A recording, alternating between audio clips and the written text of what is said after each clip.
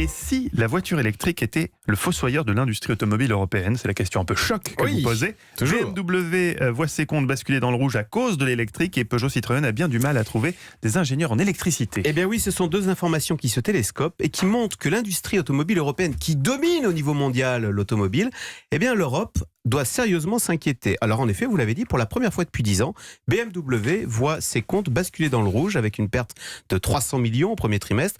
Et le constructeur allemand explique que, en fait, il y a des coûts faramineux en investissement pour maîtriser cette technologie de l'électricité, du moteur électrique. Et puis il y a aussi toutes les usines qui fabriquaient des moteurs thermiques et qui vont maintenant devoir fabriquer des moteurs électriques. Donc il faut tout changer.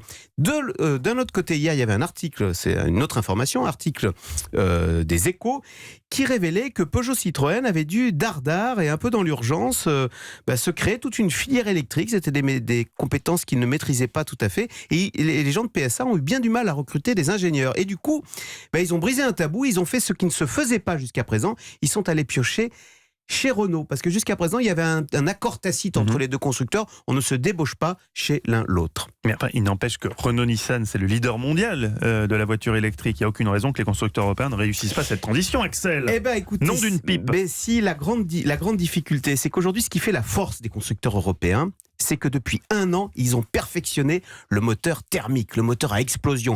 Il y a toujours plus de chevaux et il y a une consommation qui ne cesse de baisser. Eh bien, toute cette expertise acquise depuis un siècle, on peut la jeter à la poubelle, puisqu'aujourd'hui, le moteur n'est plus thermique, on l'a dit, il est électrique. Or, un moteur électrique, qu'est-ce que c'est ?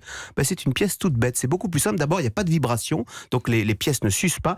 C'est beaucoup plus simple à fabriquer. Il y a 6 fois moins de pièces dans un moteur électrique que dans un moteur thermique. Donc, vous voyez, ça n'est absolument pas une pièce différenciante. Au fond, c'est quelque chose de banal, comme un rétroviseur, j'exagère.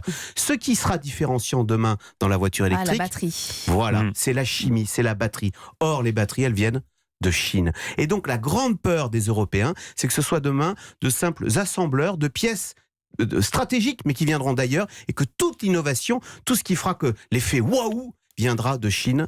Et c'est peut-être ainsi qu'on risque d'enterrer l'industrie automobile européenne. Mais vous parlez d'un futur lointain, puisque dans un premier temps, il faudrait déjà qu'on passe au tout hybride et pas au tout électrique. Je pense qu'il va y avoir pas peut-être si une lointain première que ça. phase. Regardez la petite Smart qui était fabriquée à Maubeuge et qui sera fabriquée là, Et à elle va partir être de 2023. Oui, elle est 100% électrique. 100% électrique. Donc elle sera fabriquée directement en Chine parce que les gens de Smart disent, écoutez, autant se rapprocher carrément des compétences, et les compétences en matière électrique, elles sont en Chine. Je conclurai donc cette analyse économique par mon analyse personnelle. Ouïe, ouïe, ouïe.